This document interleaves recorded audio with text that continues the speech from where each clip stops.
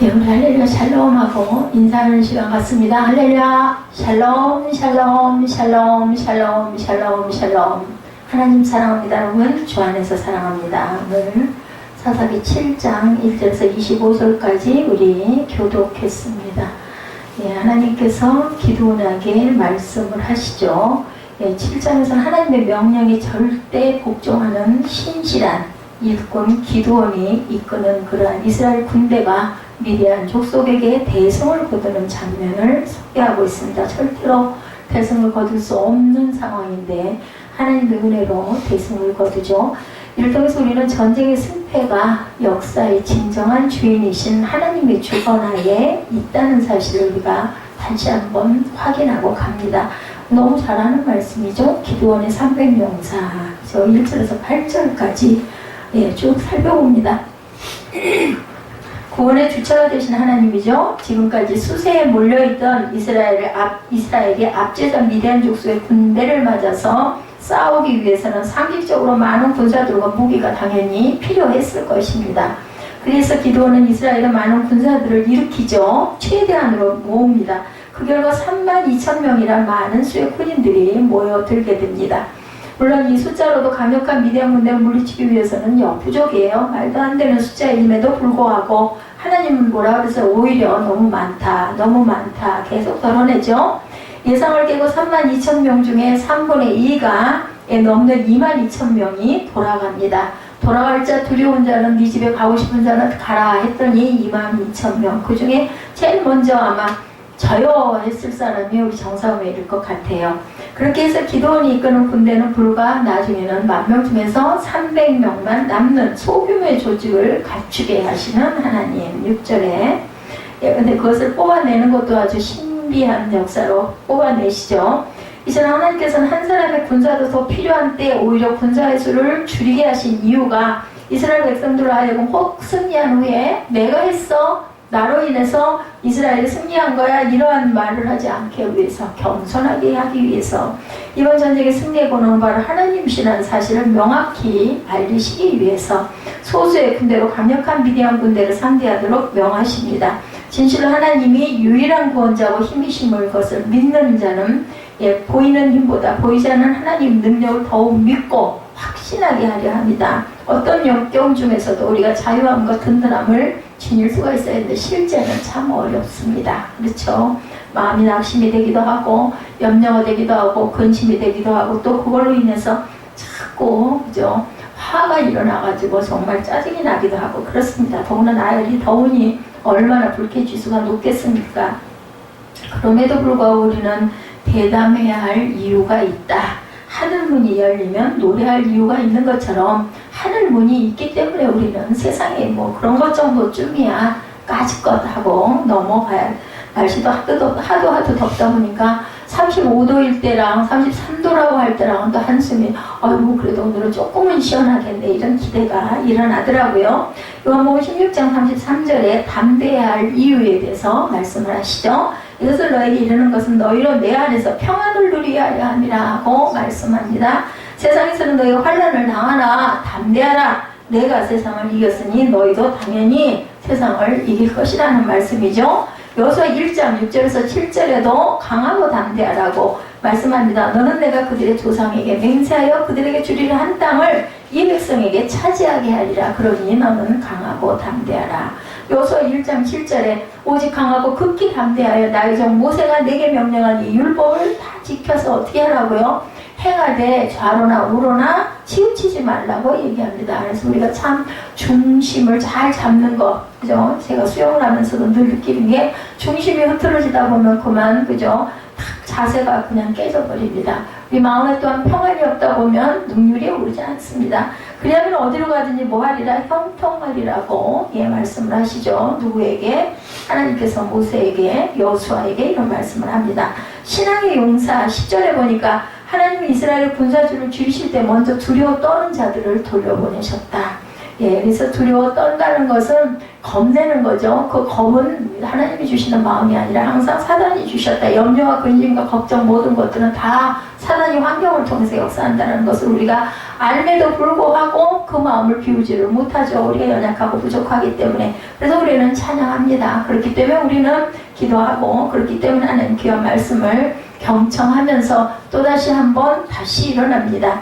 두려움은 하나님과 그분의 약속에 대한 불확실한 믿음을 가진 자가 지니는 내적인 불안감, 이것이 자꾸 우리 환경을 지배하려고 하죠. 내적인 불안감이 있다 보면 모든 게 다 마땅치가 않아지죠. 작은 일에도 자꾸 불끈불끈 화가 납니다. 하나님이 주도하시는 거룩한 전쟁에 참여하는 자는 무엇보다도 하나님께 대한 확고한 믿음이 우선적으로 갖춰져요. 영적인 전쟁. 항상 세상은 영적인 전쟁입니다. 기도원과 미련과의 싸움만이 전쟁은 아니죠. 믿음의 바른 정의를 히브리서 11장 1절 우리가 잘 아는 말씀이죠. 믿음은 바라는 것들의 실상이라고 말씀을 합니다. 보이지 않는 것들의 증거다. 선진들이 이로써 증거를 얻었느니라. 보이는 것만이 다가 아니죠. 두려움 없는 신앙에 대해서 요한일서 4장 18절에 사랑 안에 두려움 없고 온전한 사랑이 두려움을 내쫓나니 두려움에는 형벌이 있음이라 두려워하는 자는 사랑 안에서 온전히 이루지 못하니라. 우리가 두려워하다 보면 무엇도 온전히 이룰 수가 없습니다. 겁이 나니까 좌절하게 되죠. 기도원의 대승리에 대해서 11절에 말씀합니다. 당신의 일꾼을 도우시는 하나님이 함께 하신다라고 말씀하죠. 11절에 그들이 하는 말을 들으라. 그 후에 내 손이 강하여져서 그 진영으로 내려가리라 하시니 기도원 이에 그의 부하 부라와 함께 군대가 있는 진영 근처로 하나님께서는 이렇게 사람을 같이 묶어주시면서 다시 한번 진영으로 전진할 수 있도록 하시는데 그냥 하시지 않아요. 꼭 일꾼을 붙여서 후원해 주시는 하나님. 자, 출애굽기 4장 14~15절에도 야훼께서 모세를 향하여 노하여 이르시되 레위 사람 내 형 아론이 있지 아니하냐. 여기서도 아론을 붙이십니다. 모세에게. 그리고 오늘 기도원에게는 부하 부라를 붙여주시죠. 아마 굉장히 용맹한 장군이었던 것 같습니다.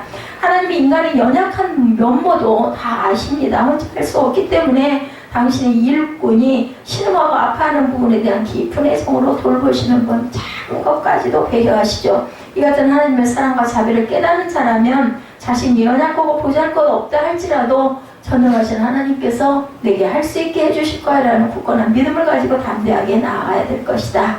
아까 말씀했죠. 아론의 이야기 15절에도 너는 그에게 말하고, 출애굽기 4장 15절입니다. 그의 입에 말을 주라. 내가 내 입과 그의 입에 함께 있어서 너희들이 행할 일을 가르치리라. 모세가 뭐라고 그래? 내 혀가 둔해서 나는 말을 못해요. 그러니까 네 형 아론이 말을 잘하지 않냐. 내가 아론을 너한테 붙여주겠다. 그러니 걱정하지 말아라. 그래서 절대로 도망갈 수가 없도록 다 모든 여건을 만들어 놓으시는 하나님.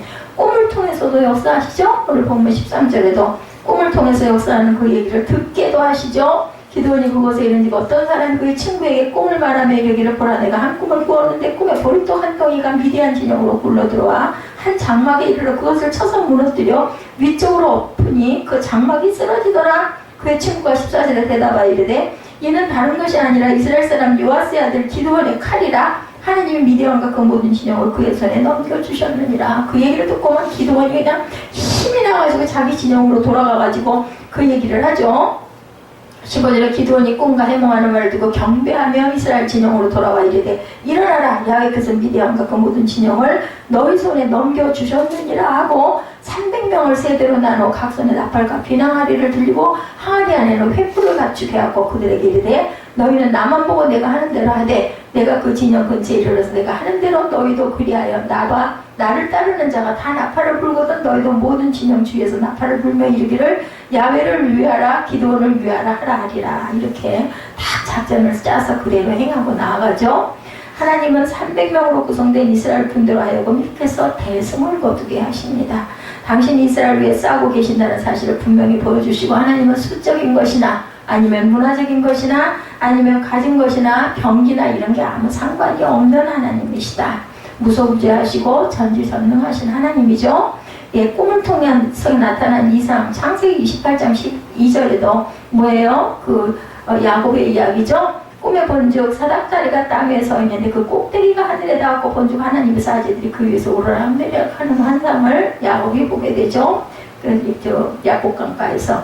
그래서 꿈을 통한 계시가 다니엘 2장 1절에서 3절에도 느부갓네살이 다스린 지 2년이 되는 해에 느부갓네살이 꿈을 꾸고 그로 말미암아 마음이 번민하여 잠을 이루지 못한지라 왕이 그의 꿈을 자기에게 알려주도록 박수와 술객과 점쟁이와 갈대와 술사를 부르라 하며 그들이 들어가 왕이 앞에 선지라. 왕이 그들에게 이르되 내가 꿈을 꾸고 그 꿈을 알고자 하여 마음이 번민하도다. 결국은 이 꿈에서 그 나라에 있는 박수와 술객과 점쟁이들은 아무도 알지 못한 것을 다니엘이 나중에 해몽하는 부분이 나타납니다. 그래서 하나님께서는 때로는 이렇게 꿈을 통하여서도 알려주시는 하나님.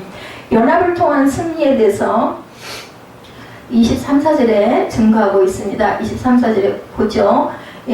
이스라엘 사람은 납달리와 아셀과 온 므낫세에서부터 부름을 받고 미디안을 추격하였더라. 기드온이 사자를 보내어 에브라임 온 산지로 두루다니게 하여 이르기를 내려와서 미디안을 치고 그들을 앞질러 벳바라와 요단강에 이르는 수로를 점령하라 하며 이 에브라임 사람들이 다 모여 벳바라 요단강에 이르는 수로를 점령하고 25절에서 미디안의 두 방대 오렙과 스엘을 사로잡아 오렙은 오렙바에서 죽이고 스엘은 스엘 포도주 틀에서 죽이고 미디안을 추격하였고 오렙과 스엘의 머리를 요단강 건너편에서 기드온에게 가져왔더라. 이렇게 해서 끝까지 대승을 말끔하게 끝내는 그런 이야기. 이것을 통해서 협력의 중요성이 나타납니다. 그저 한 사람이 할 수 있는 건 아니에요. 기드온과 300명의 기습 공격이 이렇게 해서 적중을 하는데 그 결과 대적들은 일부 도륙되고 일부는 요단강을 건너 흩어서 도망가려고 하는데 그때 기드온은 긴급히 에브라임 지파에게 원군을 요청하죠. 오늘 내용이 원군을 요청받은 에브라임 지파 사람들은 급히 적군의 퇴로가 될 만한 곳에다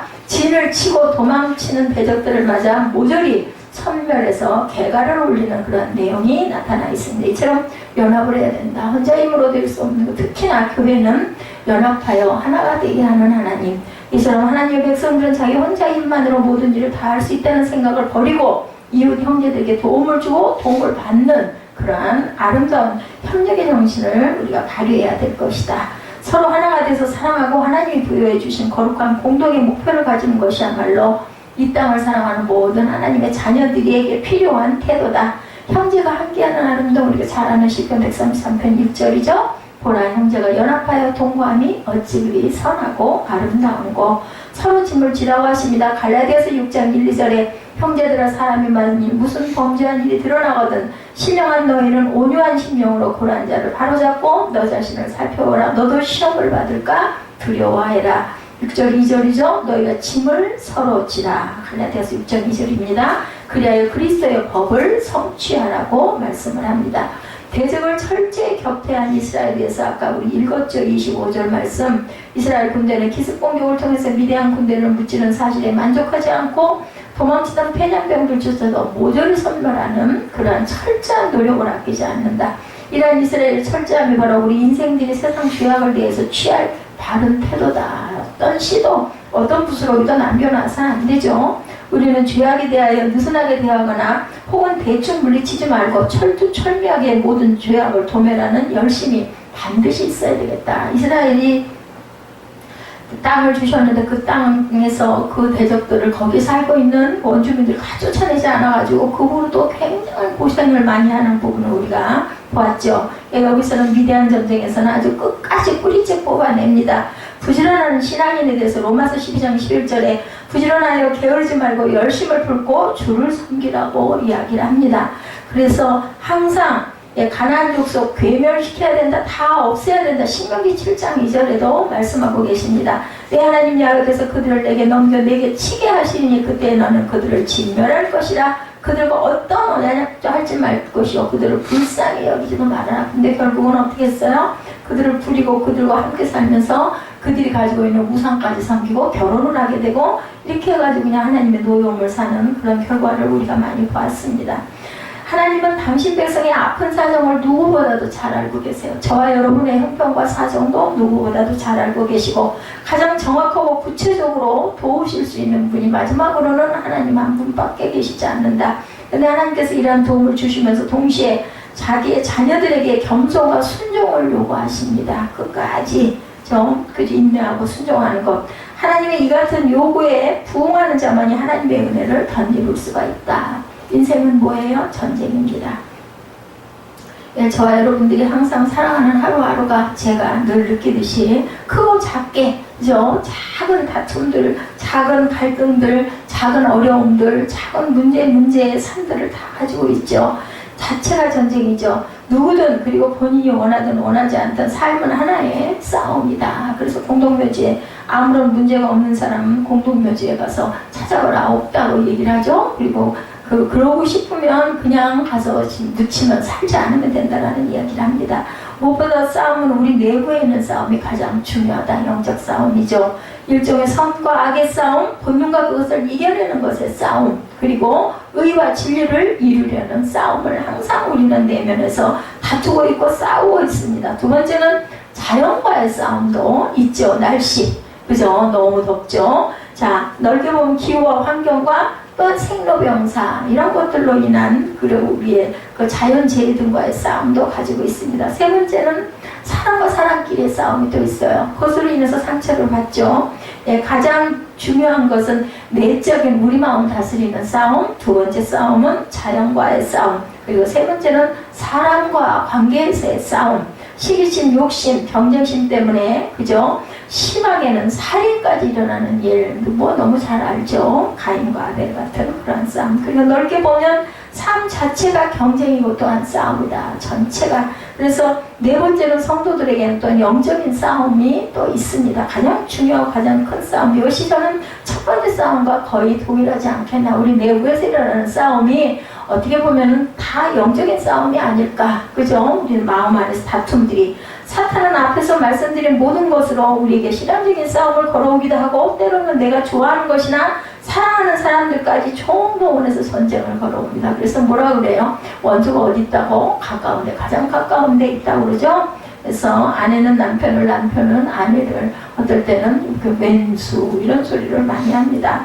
자, 그래서 우리는 늘 하루하루를 전쟁과 같은 삶을 살고 있다. 그리고 그 전쟁은 생각했던 것보다도 다양하기도 하고 심각하기도 하다. 오늘 본문에 기드온이 이끄는 이스라엘 대 미디안 동맹군들의 전쟁 기록이 아주 잘 이해할 수 있게 나타나 있죠. 이 전쟁 이야기 속에서 저와 여러분에게 당한 인생의 싸움에서 이길 수 있는 원칙은 어떤 것인지 우리 한번 살펴보죠. 기드온의 전쟁입니다. 미디안과 아말렉과 동방 사람들이 다 함께 모여 요단강을 건너와서 이스라엘 골짜기에 진을 치죠. 예. 6장 33절에도 나타나 있습니다. 그때가 추수기였기 때문에 정복자인 미디안 동맹군들은 이스라엘 백성들이 추수하여 거둔 것을 강탈해 가기 위해서 요단강을 건너와서 이스라엘의 중심부에 자리를 잡았다. 아주 못살 지경이었어요. 계속 추수만 해놓으면 다 강탈해 가고. 그래서 어떻게 했다고 그래요? 전부 다 숨어서 타작을 했다고 그렇게 나타나 있죠. 5장 6절에도. 그래서 지난 7년 동안 당하기만 하는 이스라엘이 기드온을 중심으로 뭉쳐져서 이런 기드온도 농부였었어요. 농사를 짓는데 하나님의 영이, 하나님의 사자가 찾아오죠. 그동안 하나님께서 기드온과 함께 하신다는 증거도 있고서 이번에는 호락호락 당하지만 않을 것이라고 생각하고 기드온이 전쟁에 나섰습니다. 정작 기드온은 그런데 자신이 없었어요. 하나님을 계속 떠밀어서 뭐 양털을 마르게 해주십시오. 양털 주변에 땅을 적게 해주십시오. 막 이렇게 계속해서 하고는 어쩔 수 없이 순종을 하고 끌려 나온 거예요. 그래서 하나님께 반복적으로 묻고 이렇게 확인을 하고 하나님께서 하실 것이라는 주님의 뜻을 알고 난 다음에 비로소 미디안 동맹군에 맞서서 진을 칩니다. 어떻게 보면 억지춘향이 도망가고 싶은데 어쩔 수 없이, 그죠? 따라갑니다. 여룻바알이라는 기드온, 이름이 여룻바알이기도 해요. 기드온과 그를 따르는 모든 백성이 일찍 일어나 1절이죠. 하루 쌩 곁에 진을 쳤고 미디안의 진영은 그들의 북쪽이요 모래사나 골짜기에 있었더라. 보면은 이때 기드온을 여룻바알이라는 기드온이라고 소개하고 있습니다. 기드온이 자기 성읍에 바알 제단을 헐고 아세르상을 찍으며 그것을 하나님께 드리는 제물을 태우는 화목으로 삼습니다. 산당에 있는 그 아세르상 이런 모든 것을 그냥 땔감으로 만들어 버렸어요. 그것을 본 오브라 사람들의 그 행동을 한낱 인간에 불과한 기드온이 겁도 없이 신들을 향하여 선전포고를 하는 무모하기 짝이 없는 행동, 신을 진노하게 만들어서 전 이스라엘을 불안하게 만들 처사라고 이렇게 비난들을 했어요. 그런데 그들의 생각과는 다르게 바알 신이든 아세라 신이든 자기 단이 회파되고 자기 신상이 불태워졌는데도 아무런 문제가 일어나지 않아요. 아무런 일도 일어나지 않습니다. 그것을 본 이스라엘 그 중에서도 기드온의 동족인 아비에셀 사람들이 기드온의 별명을 여룻바알이라고 지어주었는데 6장 32절에 증거합니다. 여룻바알이란 말은 어이 발 나랑 한판 붙어볼래? 이 뜻을 가지고 있다고 그래요. 나랑 한판 붙어볼래? 붙었는데 어떻게 했어요? 발은 그냥 여지없이 그죠? 목이 잘라지고 뒹굴고 그죠? 그런데도 이제 큰일 났어. 쟤 죽을 거야 하면 아무런 일도 일어나지 않은, 그래서 여룻바알이라는 이런 별명을 줬다고 합니다. 이런 배경을 가진 여룻바알이라는 기드온이 이번에는 미디안 동맹군에게 맞섰다는 말은 어이 미디안 동맹군들 우리 한판 붙어볼래? 이렇게 되는 여룻바알이다. 신들과 싸워 이긴 자가 사람과 싸워서 못 이기겠는가? 그래서 아주 철저하게 다들 믿고 따르지 않았겠어요? 그 사건을 통해서.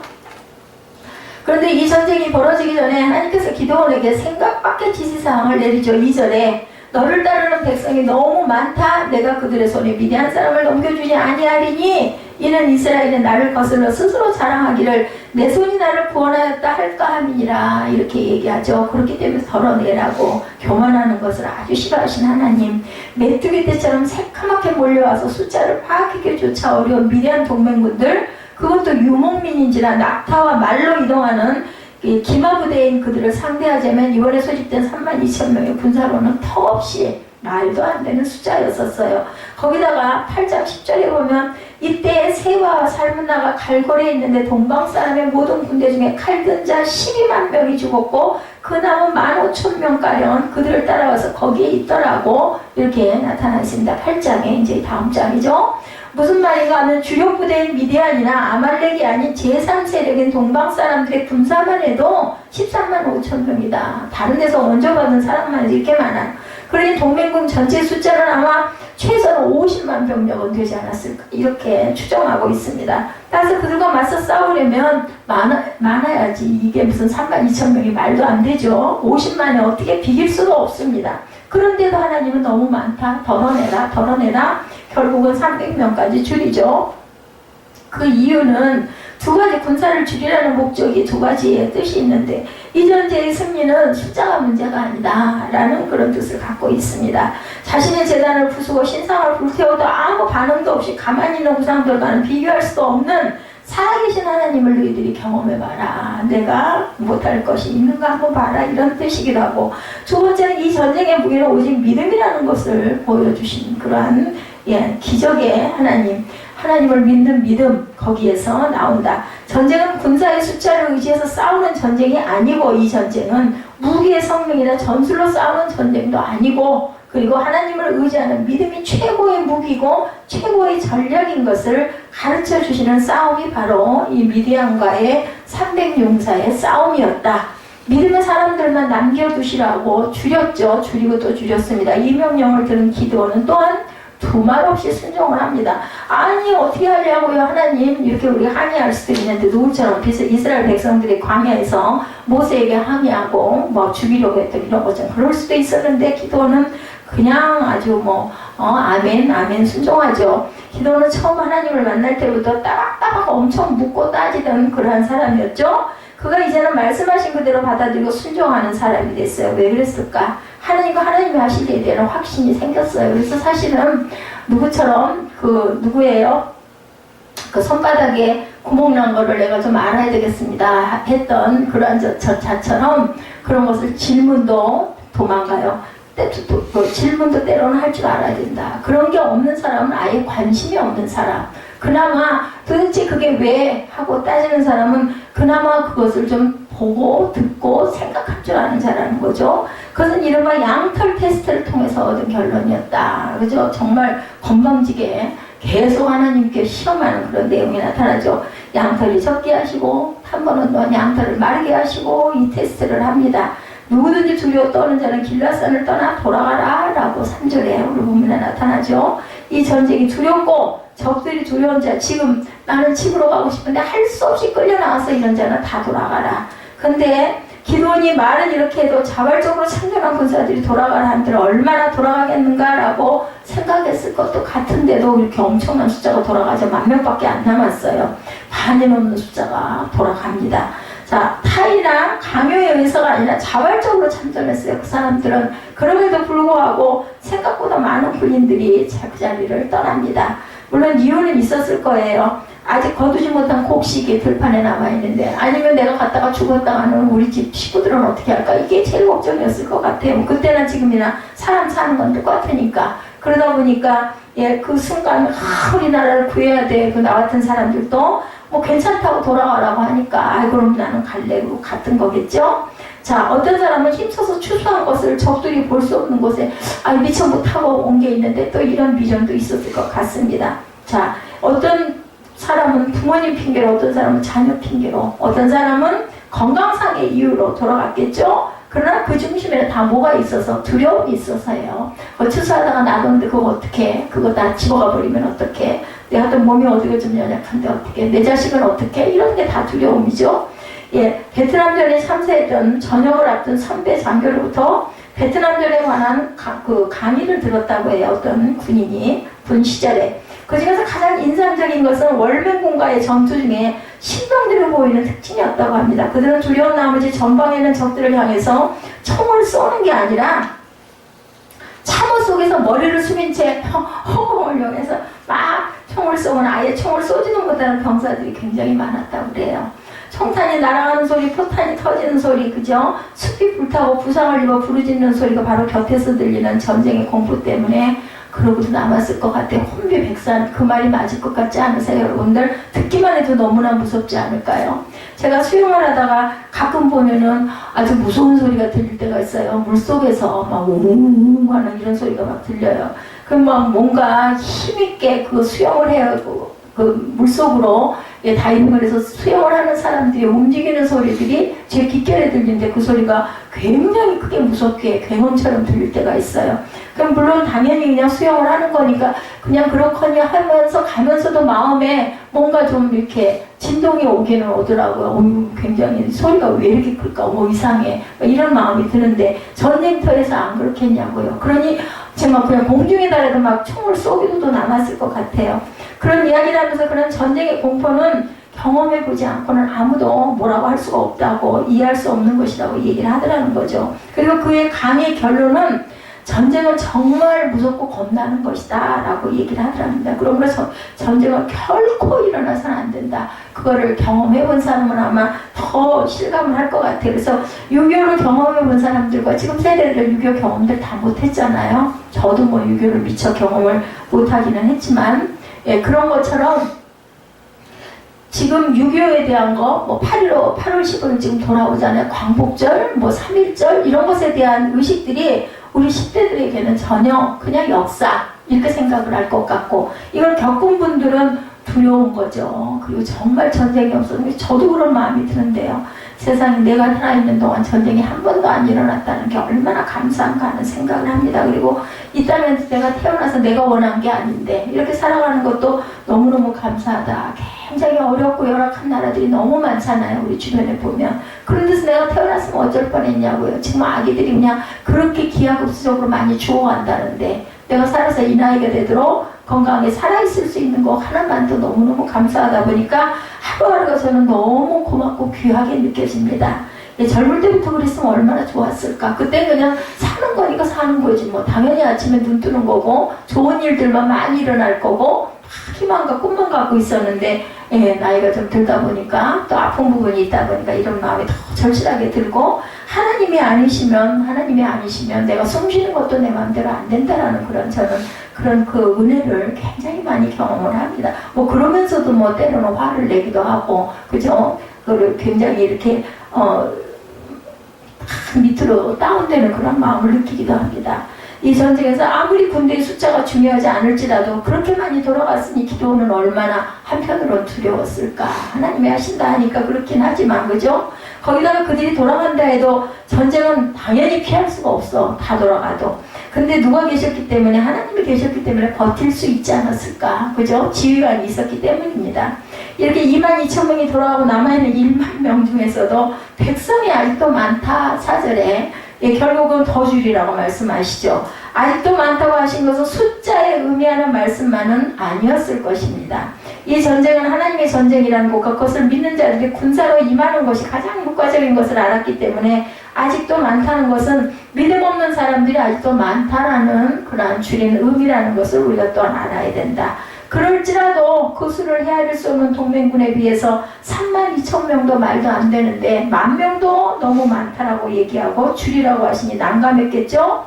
그런데 따져 묻기자라는 질문장이 기도원은 이번에도 두말 없이 순종을 하죠. 그가 순종하자 하나님은 그들을 인도하여 물가로 내려가서 거기서 내가 너를 위하여 그들을 시험하리라 하시죠. 잘 아는 말씀이죠. 이 부분들은 혀로 물을 핥는 자들, 그리고 무릎을 꿇고 마시는 자들. 혀로 물을 핥는 자들은 얼마나 목이 마를 텐데도 저 같아도 그냥 당장에 가서 벌컥벌컥 마실 것 같아요. 그런데 혀를 물을 핥는 것은 내가 지금 전쟁이 나왔고 적군이 어디 있을지 모르니까 자기 사명감에 대한 그 무장을 하고 있는 자들이라는 거죠. 그래서 그런 자들을 찾죠. 5절에 첫 번째, 개가 핥는 것까지 혀로 물을 핥는 자들은 물을 마시면서도 주의를 경계하고 긴장을 놓지 않는 사람들의 통상적인 모습이다. 지금 자신들이 있는 곳은 어디예요? 전쟁터예요? 따라서 자신들은 전투 중인 병사라는 사실을 잊지 않는 사람들. 그리고 두 번째, 무릎을 꿇고 마시는 자들은 가까운 거리에 적들이 진을 치고 있으며 적의 촉구병들이 자신을 노리고 있다는 전쟁의 상황을 알고 있음에도 불구하고 그것보다는 우선 물 마시는 게 급한 사람들인 거죠. 다르죠, 종류가. 8절에 보니까 9,700명은 돌아가라 하셨고 남은 300명에게는 전투 식량과 나팔을 지급하라고 명령을 하십니다. 저는 이 부분을 읽으면서 우리가 뭐에 뽑히면 되게 기쁘잖아요. 근데 그 뽑힌 300명이 과연 기뻤을까? 저는 또 이 생각이 들더라는 거죠. 뽑히면 좋잖아. 뭐든지 뽑히면. 300명만 다 10,000명 중에서 뽑았으니까 나머지는 9,700명은 다 돌아가라 그랬으니까 와, 나는 영광이다 했어야 할 것 같은데 과연 그랬을까? 그리고 그 밤에 야훼께서 기드온에게 말씀하죠. 9절에 일어나 진영으로 내려가라. 내가 그것을 내 손에 넘겨주리라.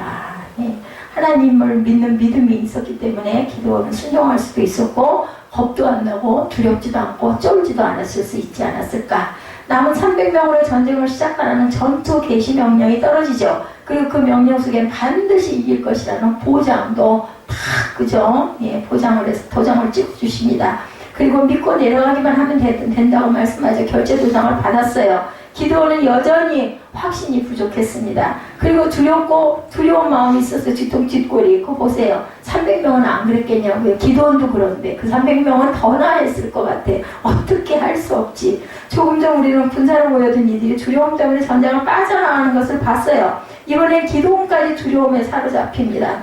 적장인데도 기도는 하나님을 만났고 바위에서 불이 나와 재물을 태운 것도 봤어요. 양털을 적게도 하고 마르게 하시는 경험도 했어요.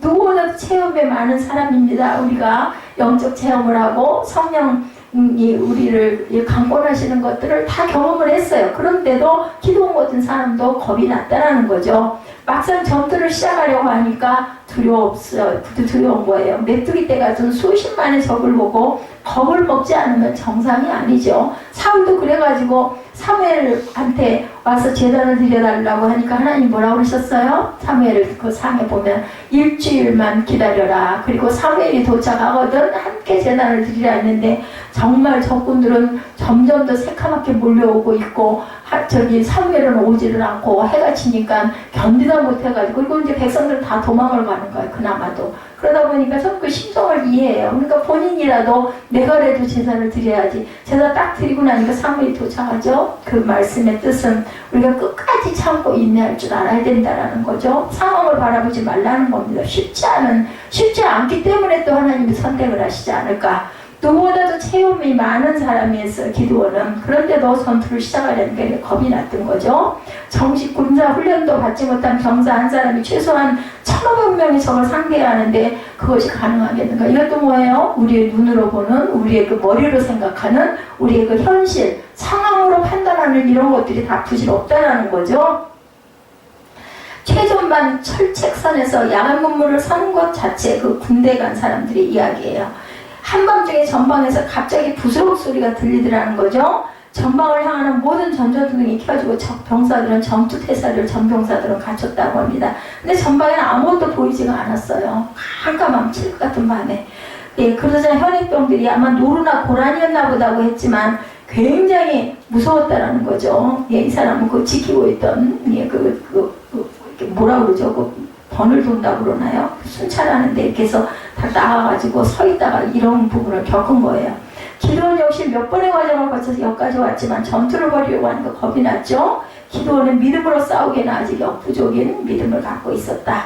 하나님은 기도원이 전적으로 하나님을 신뢰하지 않는 것과 이 전쟁에 대한 확신이 부족하다는 것을 아시고 10절에 만일 내가 내려가기를 두려워하거든 하시면서 대책을 마련해 놓으신 것을 말씀하죠. 불화 부하와 함께 진영으로 가거라 라고 이야기를 하는 부분이 10절에 나타나 있습니다. 불화라는 장군을 붙여주는 부분이죠. 그래서 기드온은 불화를 데리고 미디안의 진영으로 갑니다. 기드온이 불화를 데리고 정탐을 갔을 때 시간은 이경 밤 10시에서 11시 사이 19절에 미디안 진영은 모두 잠들어 있는데 그때 경계를 서는 두 사람이 기다렸다는 듯이 보초 선다고 그러죠. 제가 아까 그 생각이 안 나서 제가 여자이다 보니까 기드온이 들으라는 듯이 대화하는 부분을 들려줘요. 누가? 하나님이 이것도 듣게 하는 상황을 만들어 주신 거죠. 13절에 보라 내가 한 꿈을 꾸는데 꿈에 보리떡 한 덩어리가 미디안 진영으로 굴러 들어와 한 장막에 이르러 그것을 쳐서 무너뜨려 위쪽으로 엎으니 그 장막이 쓰러지더라. 그러자 듣고 있던 사람이 그 꿈을 해몽하기를 이는 다른 것이 아니라 이스라엘 사람 요아스의 아들 기드온의 칼이라. 하나님 미디안과 그 모든 진영을 그의 손에 넘겨주셨느니라. 이렇게 듣게 하는 거죠. 하나님은 적들의 입을 통해서 당신께서 기드온에게 하신 말씀과 똑같은 말을 하게 함으로 기드온에게 확신을 심어주십니다. 하나님께서는 억지로 만드시지는 않아요. 보면 꼭 이해할 수 있도록 꼭 필요한 부분에서는. 이래서 그 전쟁의 승리에 대한 확신을 얻은 기드온을 비로소 전투 준비를 이제 정말 이거 진짜구나 하고 하게 되죠. 그런데 그 전투 준비란 것이 재밌었죠. 300명의 병사들이 3개의 부대로 100명씩 각자에게 나팔과 횃불을 담은 항아리를 지급하죠. 나팔과 횃불을 감추어 적진에 접근하는 것을 숨기기 위한 항아리가 전부였습니다. 그리고는 돌격 앞으로 해서 미디안 진영으로 나아갔고 미디안 진영에 이르자 여호와와 기드온의 칼이라고 외치면서 항아리를 깨뜨린 후 나팔을 부는 게 작전의 모든 것이었다라는 거. 그래서 미디안 동맹군들은 난리가 나죠. 아닌 밤중에 홍두깨라고 깊은 밤 곤히 잠을 자다가 잠결에 항아리 깨지는 소리가 나고 나팔 소리가 나는데 갑자기 환한 불빛이 비추어지자 넋이 빠진 것처럼 호비백산 당황해서 어쩔 줄을 몰랐다. 잠자고 있는 사이에 벼랑간에 그저 소리가 큰 소리가 나니까 놀란 거죠. 거기다 그들은 서로 이질적인 집단인지라 서로 구분이 안 됐어요. 그러다 보니 상대방을 적인 줄 알고 서로가 서로를 죽이는 그런 유혈 난투극이 벌어집니다. 그렇게 자중질환이 일어나 서로 싸우다가 급기야는 도망치기 시작했다. 그럼 요즘 같았으면 그 전쟁에 승리했을까요? 못했을 것 같아요. 지금은 그냥 환한 전깃불이 있으니까 불만 켜면 다 보였지 않았겠어요? 그때니까 가능했죠. 근데 지금은 또 하나님이 또 싸우시면 그런 방법으로 싸우시지 않겠죠. 또 다른 방법이 있으시겠죠. 그들이 도망을 치자 기드온은 에브라임 사람들로 하여금 요단강을 건너가는 퇴로를 차단하기 위해서 미디안의 지도자들을 죽이도록 부탁을 하죠. 그래서 기드온의 이스라엘 군대 미디안 동맹군의 전쟁은 아주 대승을 거둬서 끝납니다. 근데 이 전쟁을 봤을 때 미디안 동맹군들이 탑을 끌고 온 낙타만 해도 해변에 모래가 탔다라고 나타나 있어요. 군인들의 그 수는 헤아릴 수도 없었겠죠. 거기다가 기마부의 부대인 그들과 맞서서 칼 한 자루 없이 전쟁을 이겼다는 것은 우리가 보기에는 이거는 말도 안 되는 전쟁입니다. 인류의 전쟁 역사상 나팔과 횃불과 항아리로 전쟁을 이긴 경우는 이 전쟁밖에는 없다. 지금 기드온의 전쟁이라는 그런 말씀을 우리 함께 나누고 있는데 이 전쟁이 정말 기드온의 전쟁이고 300년 용사의 전쟁이었을까? 기드온이 한 일이 무엇이고 300용사가 한 일은 무엇일까? 그들이 한 일은 아무것도 없어요. 하나님이 하신 전쟁이고 뭐만 했어요? 믿음으로 그냥 순종한 거, 하라는 대로 한 것밖에는 없다라는 거죠.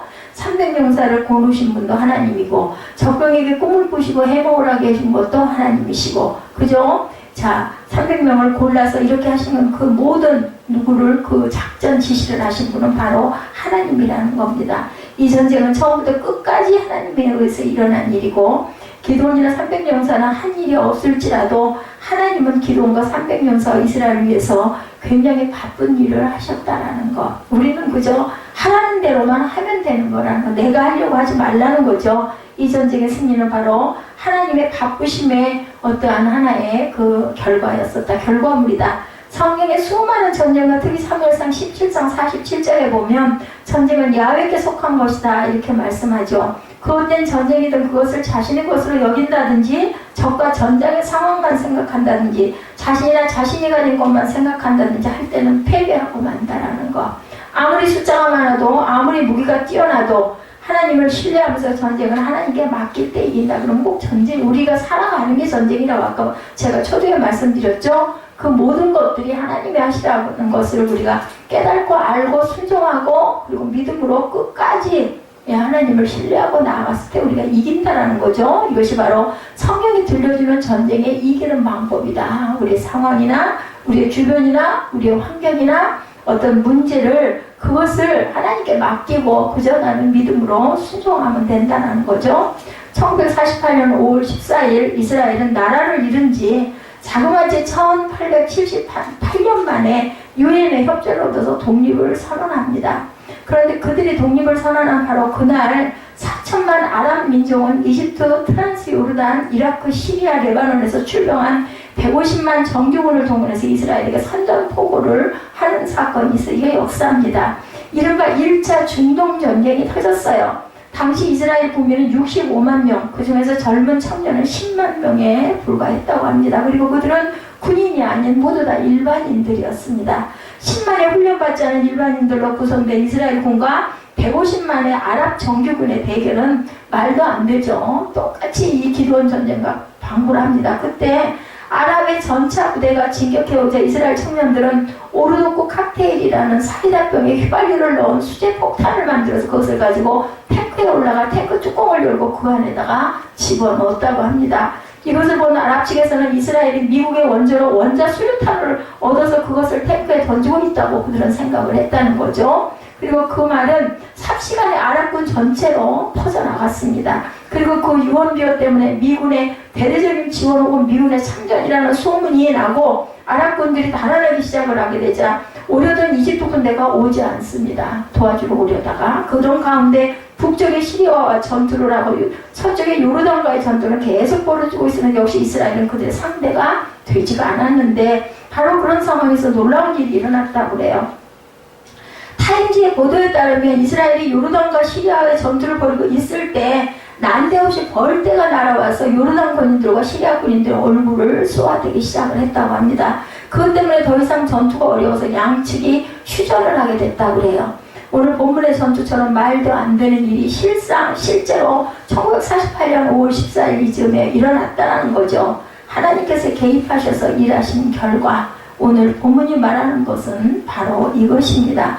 서두에 말씀드린 대로 인생은 전쟁이고 그 전쟁 오늘 본문에서 전쟁을 피해서 돌아간 31,700명처럼 피한다고 피할 수 있는 것이 절대로 아니고 그리고 인생의 전쟁은 이기든 지든 둘 외에 다른 것이 없어요. 이겼다 아니면 졌다입니다. 그렇기 때문에 여기서 패배하면 우리는 미디안 동맹군들에게 짓밟히고 강탈당하면서 고통 속에서 살았던 이스라엘과 똑같아질 수밖에 없다. 그리 되지 않으려면 이겨야 돼요. 근데 어떻게 이겨야 될 것인가? 그것은 바로 하나님께 맡기는 방법밖에 없다라는 것이죠. 그리고 하나님의 방법을 따르는 것, 그럴 때 하나님께서 우리를 이기게 해주시고 두려움을 비우게 해주시고 자, 너무 뻔한 결론이다. 예, 그러나 여러분의 이 뻔한 결론에 대한 확신이 그 뻔한 믿음이 있어야 된다는 거예요.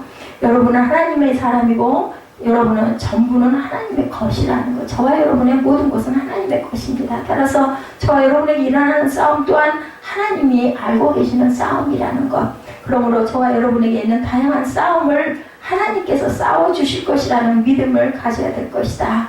기드온처럼 의심하고 불신하고 망설이고 주저하지 말고 하나님을 신뢰하면서 하나님의 방법대로 싸울 때 이스라엘의 이 전쟁, 말도 안 되는 전쟁, 얼마 안 돼요. 이게 구약에 나타나는 사건이 아니라 1948년 5월 14일에 일어났던 그런 그 사건, 나라를 잃은 지 자그마치 1878년 만에 유엔 협조를 얻어서 독립이 선언이 되는, 그래서 나라를 찾은 거예요. 이스라엘은. 이런 나라는 이스라엘밖에 없다고 그러죠. 그 긴 1800년이라는 긴 세월 후에 다시 이스라엘이 다시 나라를 되찾는 그 사건, 그런 것을 벼루어서 우리 대한민국도 못지않게 하나님의 은혜 속에서 이 나라가 정말 세워져서 이렇게 가고 있다는 것을 우리가 정말 하나님께서 우리나라에 개입하고 계시다는 것을 깊이 느끼고 깨닫고 살아계신 하나님을 우리가 믿고 더욱더 따르고 어렵고 힘들수록 하나님께 기도하는 그리고 찬양하는 저와 여러분이 되시기를